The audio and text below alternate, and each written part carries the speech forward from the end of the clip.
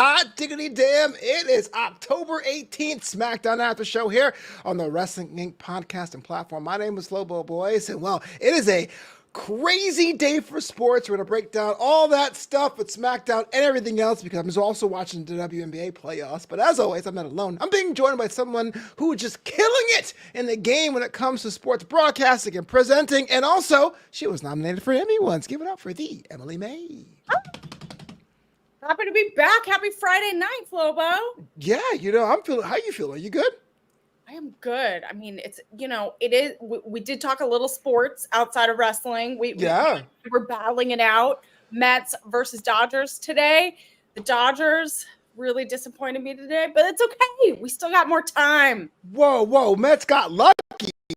You don't get lucky with so many hits. I'm going to tell you one thing. This was a great series, and if it ended tonight, I wouldn't be upset. But as soon as that son of a gun, Paez, is pimping home runs down 8-1, I'm like, nope, not in my house. You can get the heck on with that bull crap.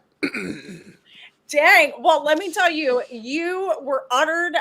I yelled your name like a curse word when we were watching the game tonight because I was like, I am bringing energy and the frustration and anger to Flobo tonight. Well, I am so sorry. Oh, actually, I'm not sorry at all. I can't wait. The Mets are going back to Los Angeles, which I don't want to go because I really hate Dodger Stadium. We'll get to that in a second. But I was going to say, this SmackDown episode, I'm enjoying that 5-9 whiskey. I got some in my cup today. We're going to have a good time because after a long, hard week, I like to kick back with some of that 5-9 whiskey. Yes, Dodger Stadium, can't stand it, Emily. I can't do it. I can't do it. Dodger Stadium is one of the oldest. Wrong. Well, it is. Stadiums. Yes. It is gorgeous. They are doing a lot of updates right now. It is quintessential LA. Yeah, that's a problem. It's a pain in the ass to get.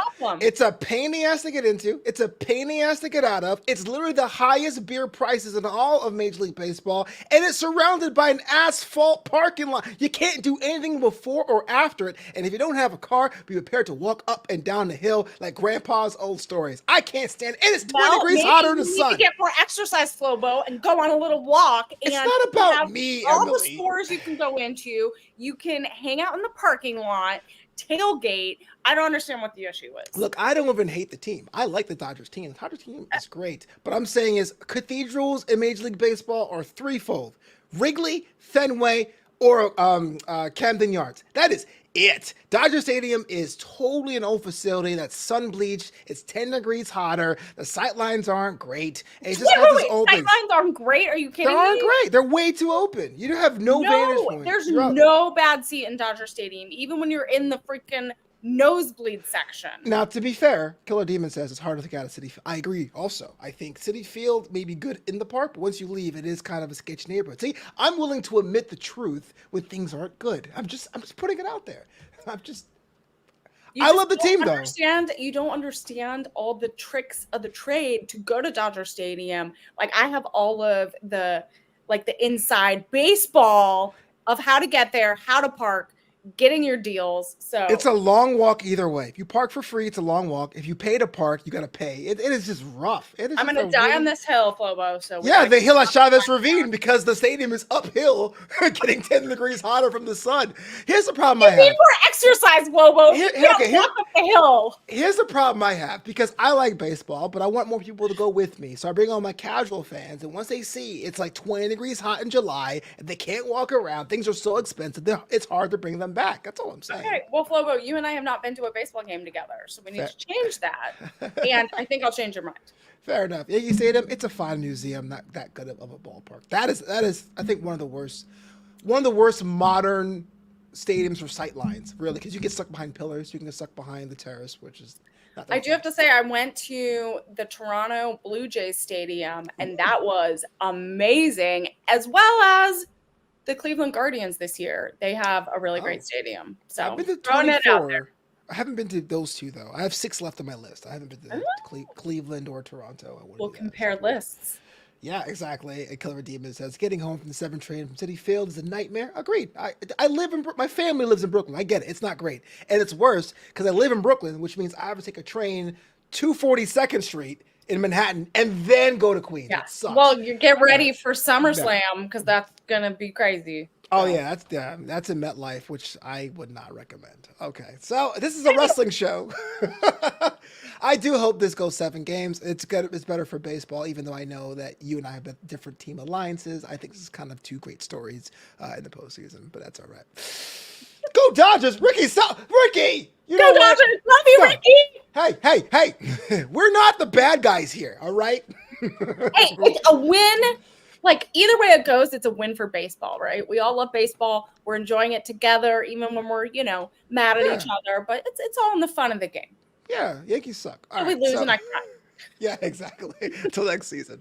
Well, so before we get to the SmackDown after show, a lot of news and notes are coming down from the front desk. Thanks for the people over there at Wrestling Inc. giving us those news and updates. And let me ask you a question because we have so many today. Does anyone that tickles your fancy first, or you should go right from the top? Let's just go to the top. Let's go down our list. All right, we got some backstage updates of the Beast, Brock Lesnar. Remember him? Haven't seen him in a while because, well, he has been on TV for various reasons. This comes straight from Wrestling Inc. by way of Dave Meltzer. Says there are no creative plans for Mr. Lesnar. Additionally, a source in creative relayed that it would be quite surprising if Lesnar was brought back in the midst of a federal investigation. As you know, former chairman of the board, Vince McMahon, is currently under investigation for sexual misconduct, which Brock Lesnar was implicated in those crimes as well. Allegedly. So, as it stands right now, Brock Lesnar is not in the creative plans for WWE, but the question I still have to ask you, if Brock Lesnar was available, would you put him in the game? I mean, I think so. I mean, the thing is, like, there's so much happening right now on every brand, on every show. I always go back to whether it makes sense. Don't just throw them in like a couple weeks or a month before a big premium live event. Obviously, we have some coming up, which usually he's like very active in. We have Crown Jewel coming up, but so there's other ones that he's previously been a part of, and obviously we're seeing him have a step back. So it has to make sense, but obviously there's some other things going on.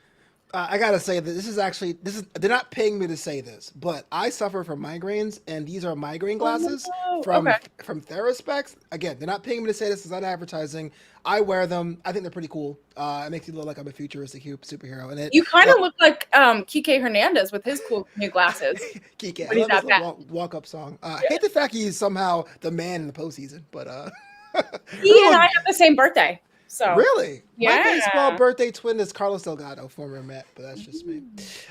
Elsewhere, CM Punk. This is another someone that kind of put himself back in the WWE fold, but he lands a prominent role in an indie horror film starring Justin Long.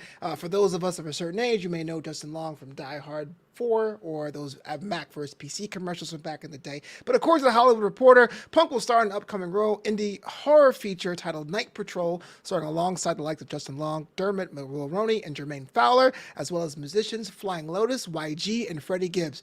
I know half of those. The movie, which is eyeing a release in 2025, will reportedly focus on Fowler's character, an LAPD officer who discovers a horrific secret being hidden by the local police force.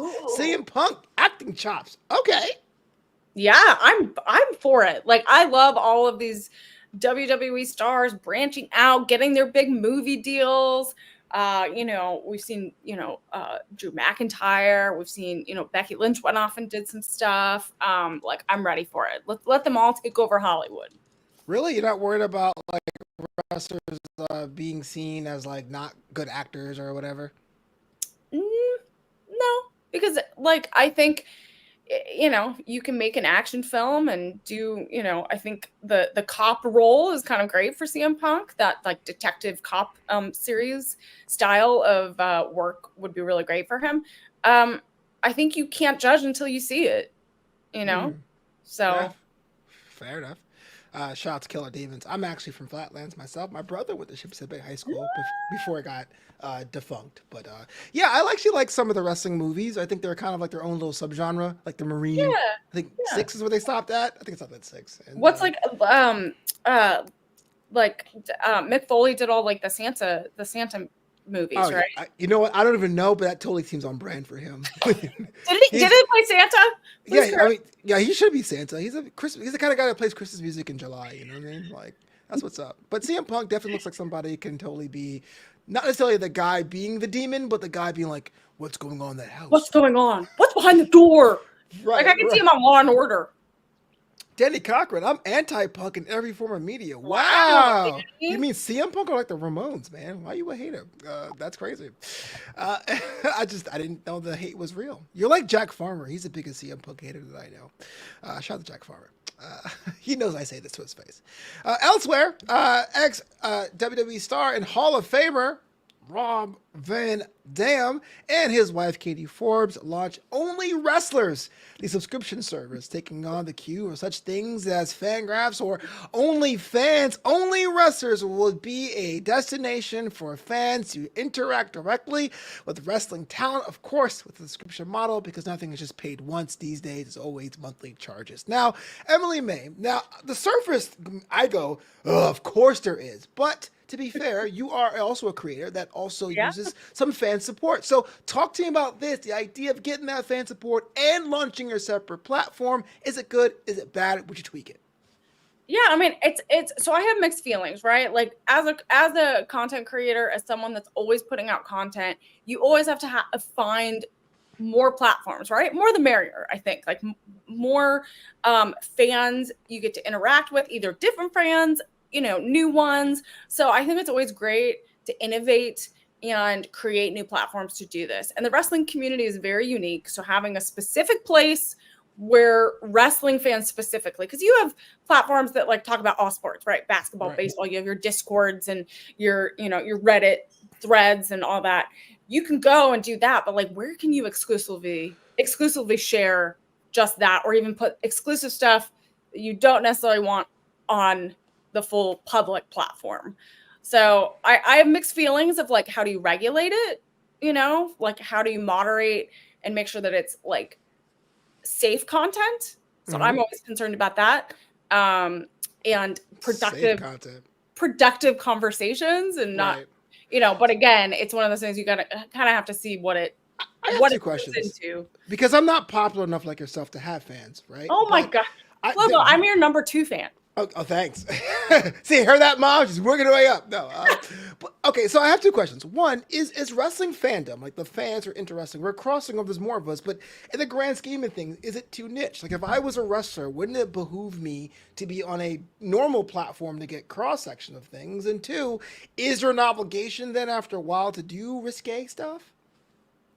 I mean, that's the question. I mean, the thing is, based off of who's launching it, a lot of people are saying that or assuming that it's going to be very explicit content. And I think that's like a valid concern of like, I mean, Katie Forbes, I mean, exactly. That's why I said the 2 people launching it. We all know what they're known for, right? I don't think that's a secret.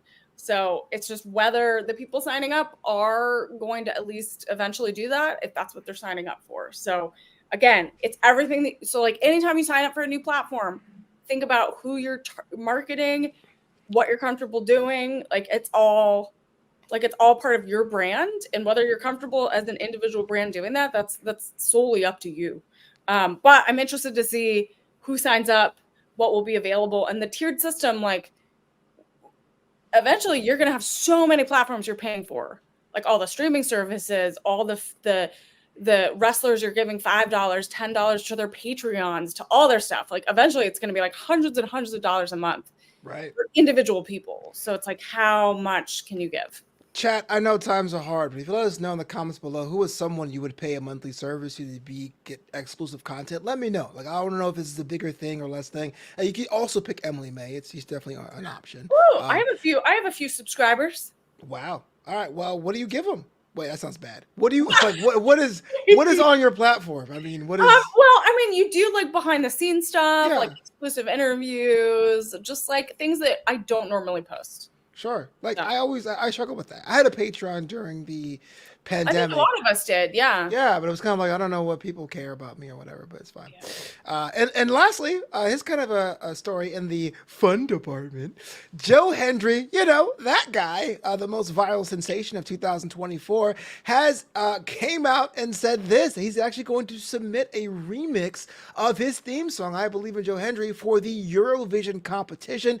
For us Americans, we tried that once. It was called the Great American Song Contest. It flopped, but Eurovision is a big friggin' deal. Joe Hendry submitting it for Scotland. Imagine that. What say you, Emily Mae? This is amazing. Joe Hendry has broken down doors at Domino's, has broken down doors at almost every wrestling organization out there. This is so awesome for him. I can't wait to hear the remix. And I know there's like rules on like rewriting and things like that. So I'm ready to see it. I think the wrestling fans are going to pull out all the stops to make sure that he is in the final part of the Eurovision. Eurovision is really, really cool, but sometimes if you guys ever follow the competition, you can get really dicey what's considered a country. San Marino gets an entry and Italy. You're like, wait a minute. You're like, wait a second. If you're surrounded by, I'm just being. Yeah. They have their own soccer team. I would honestly, if I could, I would totally submit a song to Eurovision. Really? Representing? What would you represent? What country? I mean, I don't know. You gotta pick a country in Europe. You could be like, my grandma is from Italy. Technically, I could do Italy. Okay, yeah, that makes sense. Yeah, sure. Jose Tobete says, I don't dance on these shows at all. I don't know what you're talking about. Giving you dancing. Yeah, I only do the Mercedes. I don't move. I just do my hands. Does that count as a dance? I don't know. Yeah. All right. Well, before we get into today's episode of SmackDown, give me the overall thoughts of this one. A lot of drama, a lot of matches. Emily Mae, talk to me. Oh my gosh, this was. Wait, are we doing dances? No. His vibes. No dancing. Vibes. I got you to dance a little bit. No. This counts as dancing. It does not. No, this was a fun episode. So I came off of Raw on Monday, which was jam packed with stuff because they're fitting things into 2 hours. Right. But this was a wild ride tonight. Are you a fan of 2 Hour Raw? Just curious. I do like it actually. It's it's very concise, but I feel like they have been fitting a lot in. Fair enough. Well, let's get into this one. This show opens from Columbia, South Carolina, home of the Gamecocks, and we saw the Crown Jewel Championships will be used later on the show. But before we get to the first segment, Michael Cole was not on commentary this week, missing his third show in almost 25 years. Is he okay? Do we know if he's okay? We don't know. He's been told to be on assignment, but that's what I say when Jack doesn't want to come to work. So I don't really know what I would say. I hope he's okay. Really. Did Kevin Owens beat him up after a show and we just don't know? Plausible. Just get up mad. That's my theory, is that Kevin Owens is going after everyone. Yeah, you did a good job, Emily. What did she do? What did I do a good job? On Monday, Thank you. Probably Monday. I have no idea. It's kind of random. The show just started, man. I did a good job. I appreciate that, Alicia. Sometimes you need some self-assurance that you did a good job, Flobo. You did a good job. Oh, thank you so much. Let's go Mets. All right, so the show opens with your boy Solo Sikoa being like, yo, why won't anybody acknowledge me? But Jey Uso comes out, and we had a little bit of a stare down. Brother versus brother, unite the family versus divide the family. He will talk about cinema, but Jey Uso's reintroduction to the Bloodline arc has been done pretty uniquely. Thoughts about the opening segment?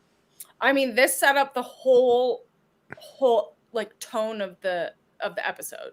So it was setting the tone. We had the inklings on Monday of Jimmy and Jay confronting each other, not wanting to talk, not really convincing each other to connect. So this was this is spilling over into SmackDown too. So this was super important to set it up like this. What about the casual, we don't trust them? I was like, wait a minute. What's wrong with Tongas? I mean, they just show up and join the Bloodline and are like, oh yeah, now we're part of the cool group. I mean, I wouldn't trust anyone that just is like, hey, I'm going to hang out with you for a bit. Yeah.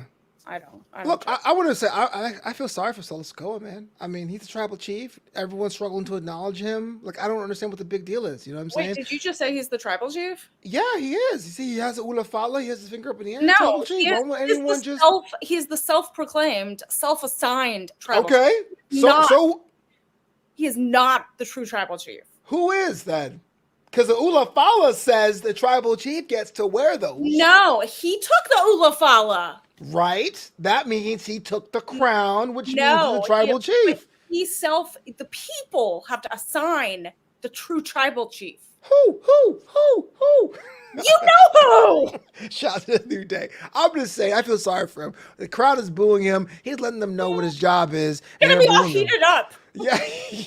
It's like how the internet wrestling community is booing Undertaker today. If you know, you know. Well, one of the cool things about Jey Uso is that he's back on SmackDown. It really was a bit of a hit or we're jumping around here a bit of a hit or miss reconciliation. Roman kind of knows he needs help, but he's like, I'm gonna do it on my own. But yeet versus no yeet.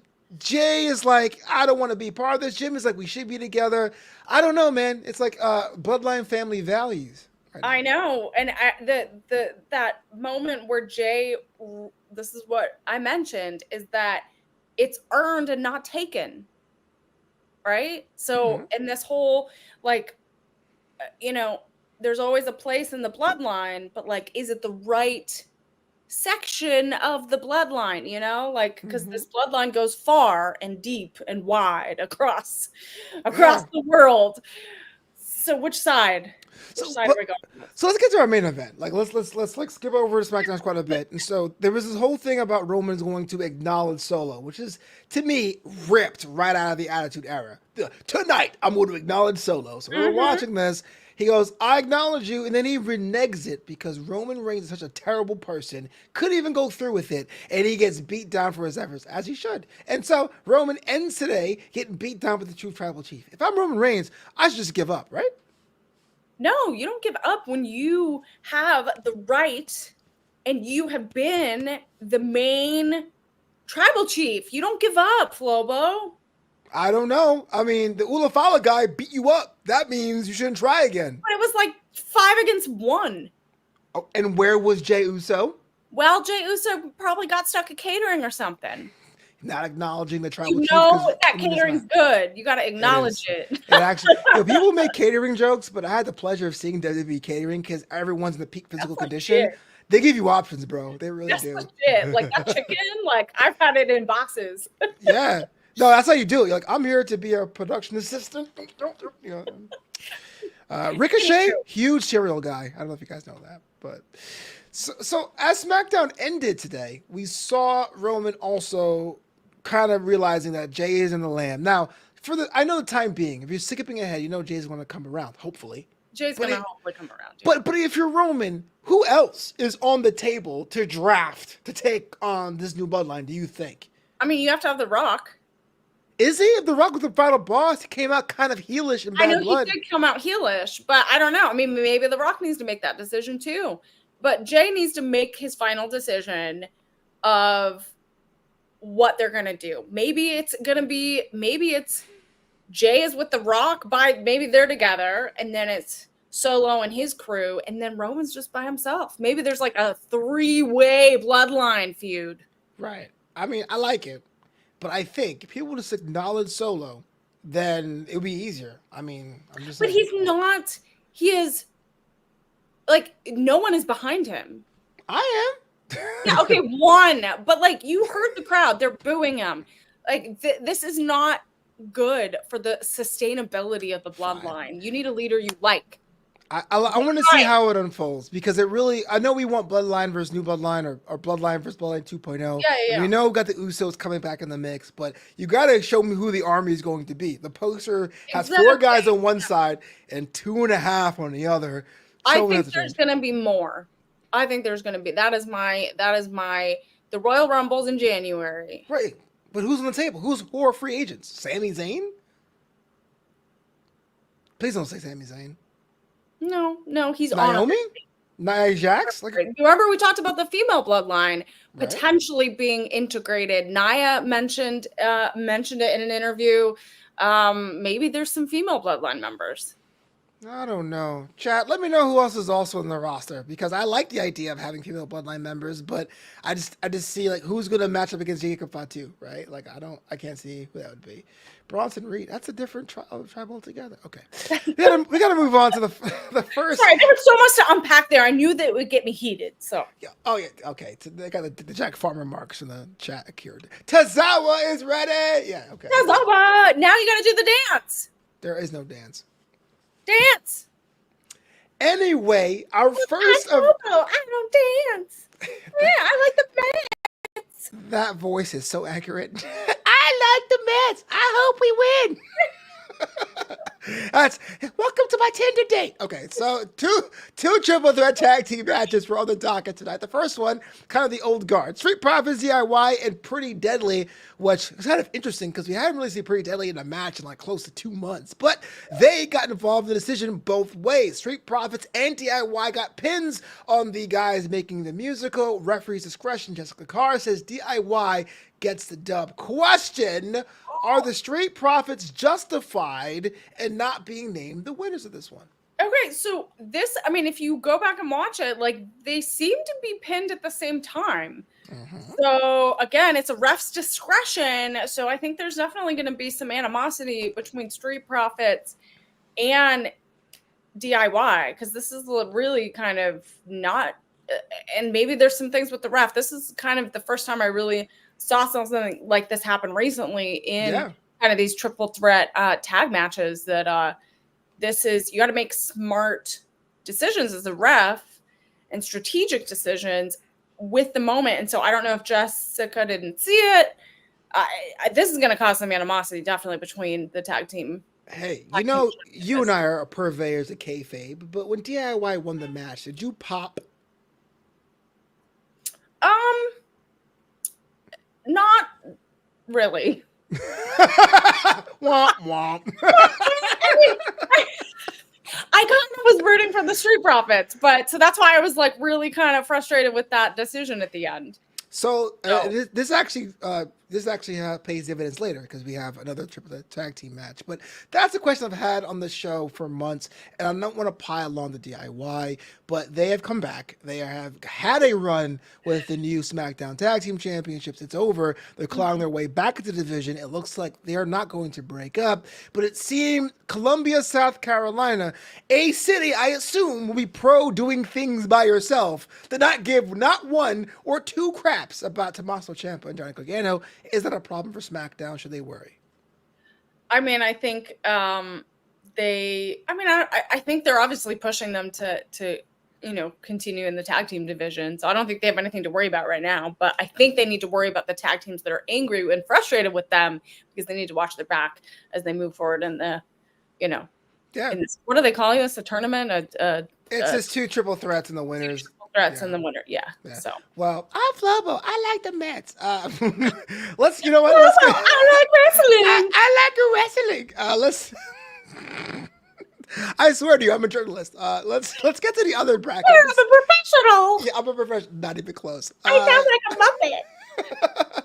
Dude, a Muppet version of me would do numbers. They're gonna love this audio version. Yeah, if their ears aren't bleeding, they're clearly going to love it. Let's talk about the other side of the bracket now we're on the subject. The other triple threat tag team matchups. Well, if Glenn Rubenstein was here, he'll call them Los Lobos Locos, but Los Garza now, the former, I guess, tag team of Legado del Fantasma, Humberto and Angel Garza, 8-Town Down Under, another perennial favorite, and the SmackDown / main roster debut of the Motor City Machine Guns. They get the win here. But the question I have for you is this. And then Corey Graves says this on commentary, so many tag teams have basically ripped off that Motor City Machine Gun DNA for tag team offense. Does the original team have a place on WWE programming? 100 million%. Yes, they have a place on SmackDown. You heard it on commentary. Everyone knows that they are legendary in the tag team world across the wrestling industry. They have set the standard above and beyond, and they obviously showed it tonight that they deserve championship gold already in WWE. So they're gonna just rise to the top. And you already saw it. The reason why I asked this is because as a kid, I made the mistake of playing Grand Theft Auto Vice City before watching Scarface. And so when I saw Scarface, and I was like, oh, I played that level, ho hum. And maybe it didn't really hit the way I thought. So there was talk about having MCMG in NXT to reacclimate themselves. Main roster was their first destination. Did WWE get this right? I think they did, because when you have to set the stage where I was thinking about this leading up to their debut, is like they had those little video, like the vignettes kind of teasing their debut, and you have to put them against some of those top tag teams, right? And I like how they set it up. They're not putting them face to face against one team. They got to really fight it out two other teams. And it doesn't mean it ends there. We obviously see the match that they're going to have next week. And then it will continue. So I think it's very smart of them. They have the experience. They have the experience in New Japan and TNA. They know what to do. So I don't think NXT would have been the right spot for them. I think they did the perfect integration into this episode, into SmackDown. I think it's a kind of a perfect place for them to start. Well, and it doesn't mean they can't cross over to other other brands. I think this was a good placement for them as they're kind of determining this tournament. It's not really clear whether or not the draft is going to be like a yearly thing or whatever. Official, like yeah. But okay, so as right now, the Motor City Machine Guns have punched their tickets to a match against DIY for a chance for the tag team championships. Going to put your feet to the fire there, Emily Mae. Who do you got then? I'm going to say Motor City. I'm telling you, they're going to skyrocket. I'm telling you, they are on. You see the rockets? They got the rockets, and they're going. Really? But DIY, we were talking about how they really got to get something going, and they really are kind of middling. You think they could take another loss? They might take another loss. Dang, you a hater. I'm not just facts. No, if you love it, you're a hater. So is it Calvin Houston or Calvin Houston? I ask this because as a New Yorker, we say Houston, but the city of Houston's cool too. Says, are A-Town Down Under ever going to break up? Why do you think they are still together? Emily Mae, answer the man.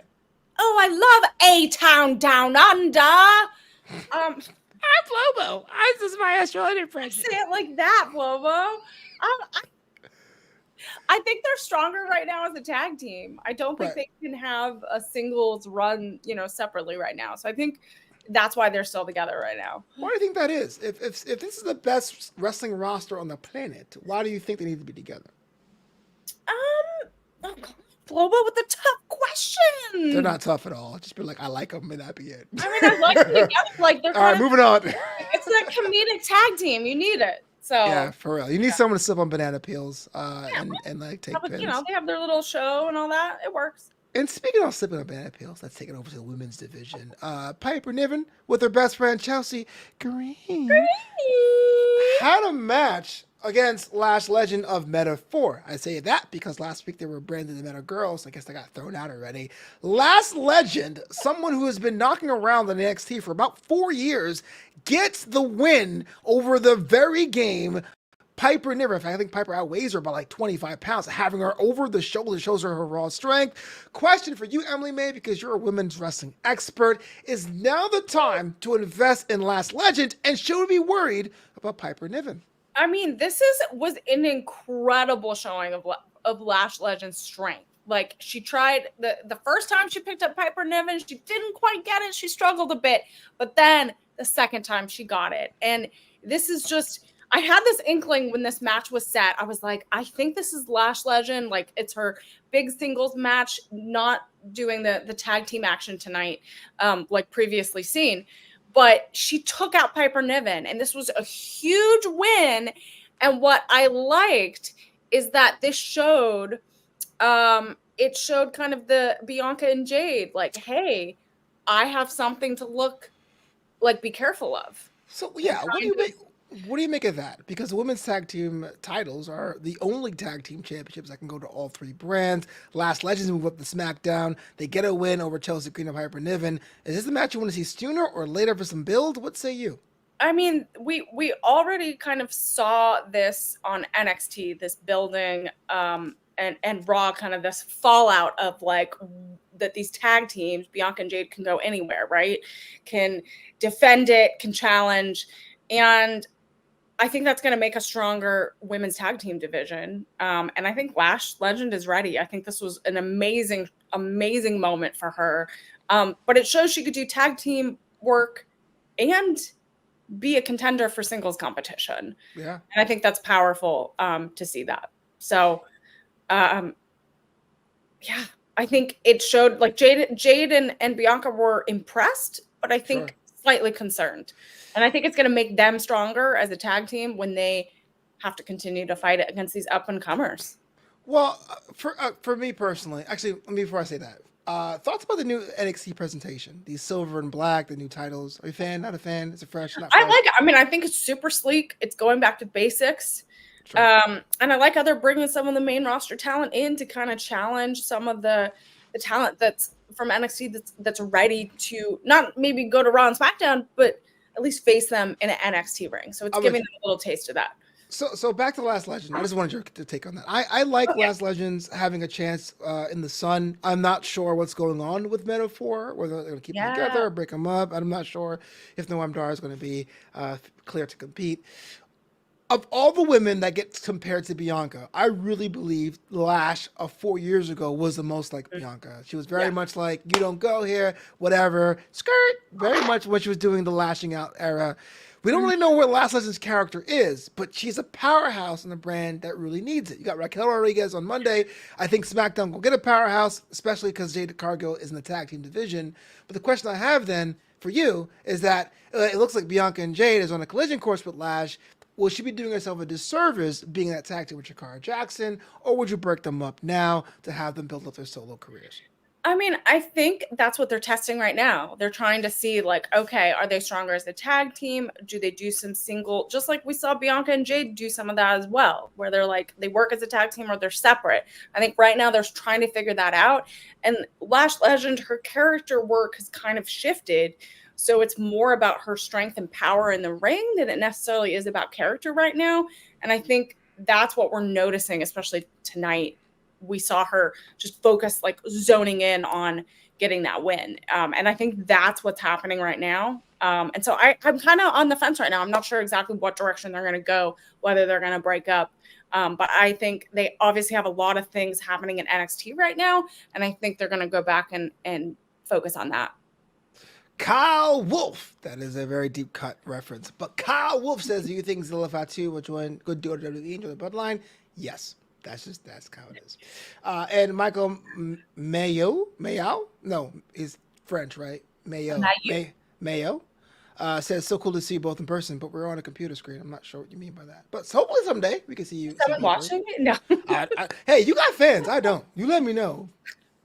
Like, have you worked on your autograph yet? Do you have like a wrestler autograph? I do have an autograph, yes. Wow. I was joking. She's like, oh, I definitely do. Fucking people ask me for my autograph at shows. Oh, yeah, I go everywhere. I'm just inundated with autograph requests. Did you? No, I'm not. But did you ever, like, when you were, I don't know. I was a girl. So, like, my crush, you know, you I was a girl? What do you mean was? Like, a girl in, like, middle school, you practice your little, like, I heart, blah, blah, blah. Okay, maybe it was only me. But you practice your thing. And so people ask me, like, for my 8x10s, and I sign them, which they're on my big cartel shop. So if you want it. Well, hold on. You dropped like 2 bombs. First of all, ain't nobody ever asked me for 8x10. And second of all, big cartel dot what? Big cartel, I don't know. It's a link. It's Emily Mae. It's a link on my Instagram and Twitter. So I have to go to your Instagram, and your Instagram is what, at Emily Mae or Emily Mae Heller right there. Same as Twitter. Okay. So it's at Emily Mae Heller, and there's a link to buy 8x10 that you would sign with your professional signature. Yes. Am I just missing out on? What am I doing wrong with my life? No, I'm just. That's pretty cool. That's pretty awesome. No, it's cool to see you. No, in all seriousness, it's cool to see you grow and fly out there and have like interactions with people. I saw you eat tacos at Thunder Rosa. It was pretty awesome. Jealous because I like tacos. I hate tacos, but I'm gonna say I like tacos. First of all, those tacos were legit. I can't. I was so surprised. I've had the one in LA, and I was like, this competes. Hot take. I don't like Mexican food. I don't like Mexican American food. The actual Mexican food is great, But Mexican American food, I'm not a fan. Oof. Can't do Okay. it. San Antonio, I'm sorry. San Diego, I'm sorry. We have another disagreement. I think most people will disagree with me. I just can't do it. Yeah. And it's okay. If you're listening right now, there's probably a cuisine or a restaurant people rave about, like Raising Cane's or In-N-Out or Whataburger. You may not be your thing. It's totally fine to not like things. It's fine. It's fine. I like chimichangas. Those are cool. I'm canceled. Face of disappointment. I Really? know not everyone can see it because they're listening, but this is a face of disappointment that Flobo doesn't like tacos. You're not the only one, man. I remember one time. Remember Leslie Colon from back in the day on AfterBuzz? Yeah. She's like, I don't believe it. She brought like her mom's tacos over to the house. Those tacos were legit, but that was very, very specific. Wow. Yeah, I know. Shout out to Leslie, who's doing good things with LAFC. Leslie, doing amazing. 12 out of fan, 3 is locals. Well, Taco Bell is not. Not. Yo, shout out to Denny Cochran. I love it. To be fair, when I moved to Texas, I got so mad because everyone was like, you need to try Tex-Mex. They're like, it's the best food. And someone from Southern California who had like the best tacos of her life, I was like, this is not good food. So I was very angry when I moved here because I was like, this is not good food. So I hear you on that. I fight for my food. I hear you. Sometimes as being a kid from Brooklyn, I have the biggest cravings for like Jewish food. Like I want a knish, bro. And so you can only get in LA and New York. You can't be like in Indiana hanging out. Chicago actually has a really big Jewish population. Fair enough, you man. Get some good stuff. But New York and LA usually where you get some good deli. You know who sells knishes? The New York Mets. I'm just putting it out there. You can get a knish at the game. Does the Dodgers do that? You get Dodger dogs. Those are better. That is not kosher. Is it? Are they kosher? Yes. I had no idea. I thought they were like processed pick knuckles. I swear to God, I had no idea. Hold on. Dodgers dogs. Are they kosher? I'm pretty sure they are. They changed manufacturers a couple of years ago. They used to be Farmer John's, but they might be kosher. They might be kosher, ma'am. We'll figure it out. You can't be telling Jewish people it might be kosher. I think it's okay. Okay, we gotta move on. 2 weeks from tomorrow is Crown Jewel coming to you live from Riyadh, Saudi Arabia, as opposed to Jeddah. We see the Crown Jewel Championships. As you know, both the women's champions and the men's champions will be having a match for whatever reason for the Crown Jewel Championship. I am not sure what it means to be a Crown Jewel champion. I'm not sure if it's kind of a thing, but Cody Rhodes is fighting for it. Invited Gunther out for next week at SmackDown. Question for you, because as it is right now, it does seem much like these titles are fillers for the Saudi Arabian crowd. But if you were a general manager, or if you were the guy with the pen or the gal with the pen, how would you make these titles legit, if at all possible?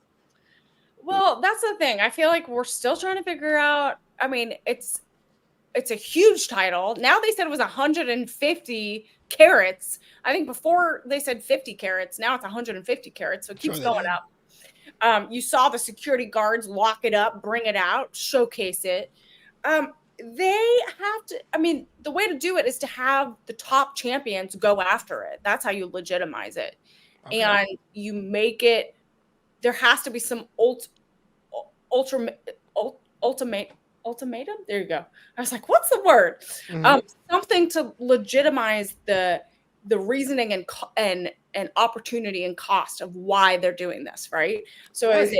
Is it title for title? Do they get a shot at something down the line if they become champion? Like if Cody wins it, he has both championships, but like, is he going to defend both? Is he going to bring the Crown Jewel championship somewhere else in other cities? Like, what makes sense? Like, that's what I'm trying to figure out, is like how you have the top people go after it, but what does it mean after they win? Right. Well, that's what I'm asking you. If you had a chance to can it be done, or just is because we're jaded wrestling fans, we go, this is definitely because they're in Saudi Arabia? I mean, I think they have to figure out why. I mean, I think we're all still trying to figure out why it's important, right? Are they just doing it in Saudi? I know. Like, I'm still Yeah. figuring it out, Flobo. No, I'm with you because I mean that Greatest Royal Rumble, which Braun Strowman won, he got a title for that, and we Yeah. never saw that again. And I drag AEW for specifically the Owen Hart Classic, which I understand why you would have that, but why is the championship and the Continental Classic Okada holds? You go, well, your boy Eddie won a tournament. You beat him. That doesn't. Why does that? Whatever. You know what I mean? Yeah. But I have no idea. If you guys know how to make that championship legit, and I understand it's kind of a loaded situation because you're going to Saudi Arabia. You may have your own feelings about Saudi Arabia, but you're making a championship between champion holders to make a super champion. What does that necessarily mean? And I'm still trying to understand the women are still going to, the champions are going to face each other too. Absolutely. Why are there two title belts? We've only seen one. Yeah. I'm worried that what's it going to do is they're going to give it to what we consider the inferior championship. So I feel like Gunther's going to win it on Raw, and then whoever holds it on SmackDown. Who's the champion of SmackDown? I'm drawing a blank. Nia Jax. Nia Jax is going to win on SmackDown. Yeah. Well, I don't know why I did that. I think it's going to be like, okay, I got 2 championships, and then that's it. 3 weeks go by, and that title just disappears. You know, like maybe. I don't know. We're going to have to watch it, which I'm going to be tuning in, so... Mm-hmm. Oh yeah, like at 8 a.m. or 10 a.m. Central. 10 a.m. Yeah, that's like so easy. All right, talk to me about your boy Kevin Owens, man. He's just has been running roughshod, cutting promos in his car. Like, what's up with him? Kevin Owens attacking Cody, causing all this trouble. He's really kind of having a moment here on social media. His little media package here. Is he done? Like, I'm a little worried. I mean, I don't think he's done. I think he's suspended. He has some unfinished business. But I say this because we had that match with him and Cody already. How is this going to be different? Because Cody needs someone to fight while this whole Bloodline thing is unfurling. So, I mean, I don't know. I mean, Kevin Owens has a lot of unfinished business and a lot of frustration with not just Cody, but so we got to see who he's going to take it out on. Yeah. I think he's going to take some time to contemplate it. Obviously, the general managers need to figure out, and Triple H needs to figure out how long he's taking off. What is his punishment? And hopefully he can, like, maybe the time off will help him mentally to kind of prepare for what he's going to do next, because he's obviously not in a good place right now. I called Cody Rhodes the Golden Boy, which is kind of egregious. Yeah, it's a little underhanded there. Before we get to our final match of the evening, there was a instance backstage where Nick Aldis says Andrade and Carmelo, Game 7 is going to go down next week at Barclays Center in my hometown of Brooklyn, New York. But LA Knight is the special guest referee. And I got to say, as somebody who has the United States Championship, is this not a conflict of interest there, Emily? I think it's a little conflict of interest. I think he's going to, LA Knight has to be smart too about, has to be smart about how he handles this situation. I think he can put his history behind him to kind of be impartial, but he's going to have to be, pay attention, because any of these two will go after him quick. I think LA is going to go straight on. He's going to go straight on The Rock and be like, dummy, I count nothing. I just imagine him just not even making a count at all. It'll be the best of 7 that doesn't have an ending. He's going to just yell, yeah, in their faces. Yeah. 1, 2, yeah. Chill, everybody. So our last match of the evening was kind of a tag team affair. No, it was a tag team affair, but we had a bit of personnel change. Tiffy had a flu situation, and Nia Jax won the night off. Aldis said no, GM of the year. Slots her with Candice LeRae, the WWE Speed Champion, which is interesting because we just talked about championships not being defended. But Candice LeRae and Nia Jax are in a tag team match, and with the help of Indy Hartwell, Candice LeRae pins the former WWE Champion in Bayley, giving Nia Jax the win. Now, I am upset because I'm a Bayley fan, but this kind of breaks the women's rankings because you have Nia Jax being a champion. You have Nia Jax taking on Liv Morgan in 2 weeks. You have Bayley Bayley, one of your rivals, taking a pin. You have Candice LeRae coming out of nowhere in the power rankings, pinning Bayley.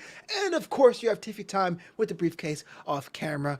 Emily Mae, walk me through the kerfuffle that is a women's world title picture. So I was a little kind of thrown by this match. You know, we had Aldis, Nia worried about, Tiffany had the sniffles. And again, Nick was like, no, you're going to have a match, but you have to have a partner. Set the Speed Championship up for a big moment, obviously. And what's interesting is once this was set, in the back of my head, I said, this is going, before we even got deep into the match, I was like, this is here to put over the Speed Championship. And I said that in the back of my head. And when I saw Candice not necessarily get any of the offense in at the beginning of the match, and then finally she got stuff in, I was like, and I saw it all unfold. And I was like, in my head, right before it happened, I was like, she's going to pin Bayley. And she did it. So this was a moment for Candice to get over. And the juxtaposition of her next to Nia giving her the eye of like, what did you just do? Yeah. And that's just the size difference. And the fact that Candice got this win over Bayley was huge, a rival of Nia's.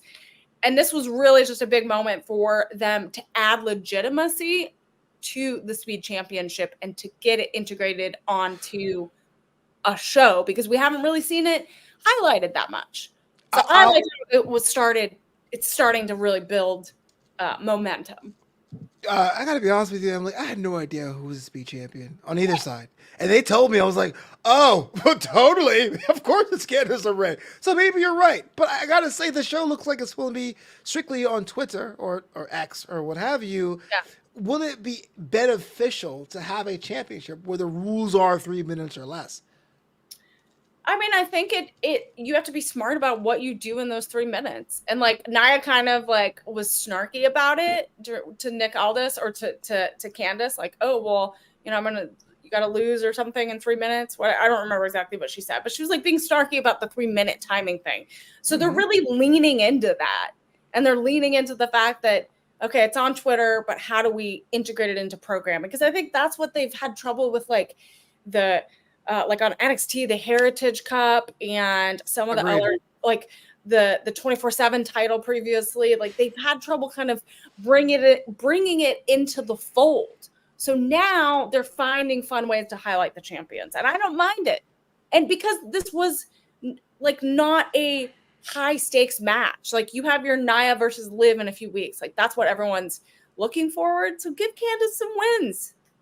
I'll be honest with you. I hate it. I hate the Speed Championship. Look. No, it's fine. It's fine. No, I'm just saying. Don't get so mad at me. No, look, I like Candice.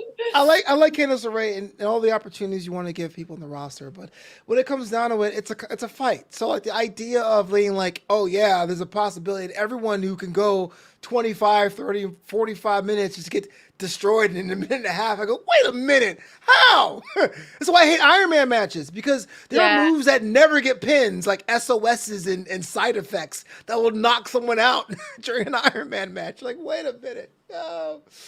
But I'm a grumpy old man. I understand that. But just dance, you'll feel better. I feel worse if I dance. Dance. Because not the end of the ritmo.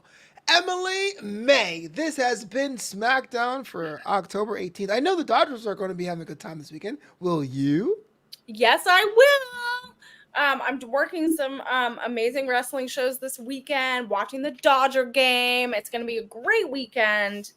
Yeah. And I know, Flobo, you and I will be chatting back and forth during those games. Yeah, I made it a personal, thing to be as positive as I can. But when I tell you, when we lost last night against the Dodgers, everyone was in my DMs bro, what happened to your boys, bro? Aww. Today, I wouldn't harass you. But today, quiet, just tumbleweeds. Yeah. I know. Crickets. Mets in 7. Emily Mae, if someone wanted to connect with your 8x10 service on Big Cartel, how'd it go about doing that? Well, follow me on all social media, Emily Mae on X.com, on Facebook, on Instagram, everywhere. I have all of my merchandise linked. I also have my cool Acknowledge May shirt. There you go. You can get my fun shirts, 8x10s. I got my trading cards. Everything is up there. I have my pro wrestling pets toys, cat toys, bandanas, all that fun stuff. So go check it out. So 8x10 shirts. Like, what else you got? That's it. Really, shirts, Wow, 8x10s. That's what's up, man. Trading cards with my face. I got a kiss card. So, like, I kiss the card, send it to you. Ma'am. Yeah. do people buy like multiple? People buy multiple things. I'll have 10, please. No, not 10. You know. Craver. Flobo, do you have merch? I do. You can get some t-shirts from my podcast, New Amsterdam, also Draped in Gold, which is on hiatus, and personal stuff at flobito.threadless.com. That's Flobito, FLOBITO.threadless.com. Nothing as cool as Emily Mae's merch, but I do got some merch as well. Thanks, Alicia. Flobo, you're the best. Yeah, well, thank you. You know what? I'm going to have a condition to celebrate because I got myself hungry just talking about that. And LA has a condition community. Oh, and when it's Hamantashen season, best believe every March I'm in this. You and I, we love Hamantashen. Wait, what's your favorite Hamantashen? Okay. I like raspberry, but sometimes I feel like I have to get the traditional ones to, like, you know, be connected. Okay. Poppy seeds. I'm either strawberry, poppy seed, or chocolate. Those I get the poppy ones. Poppy ones are a nice little medium. The traditional ones, yeah. I'm like, put 6 in the box, all right? I'm afraid of Queen Esther. Put 6 in the box. It's fine. Oh my God. But let me know if Dodger Dogs are kosher. We're getting out of here. It's the Friday Night Smackdown After Show, brought to you by 5-9 Whiskey. Shout out to those for sponsoring the show. Monday night, we got Jack Farmer and company for the Raw show. Remember, it's 2 hours, so as soon as Raw ends, the live stream goes on. Make sure you bother them in the chat. Emily Mae, final thoughts. This was awesome. This was so much fun. We got SmackDown and baseball on the same night. Can't wait to talk more next week, Flobo. Yeah, hit that M3 button now.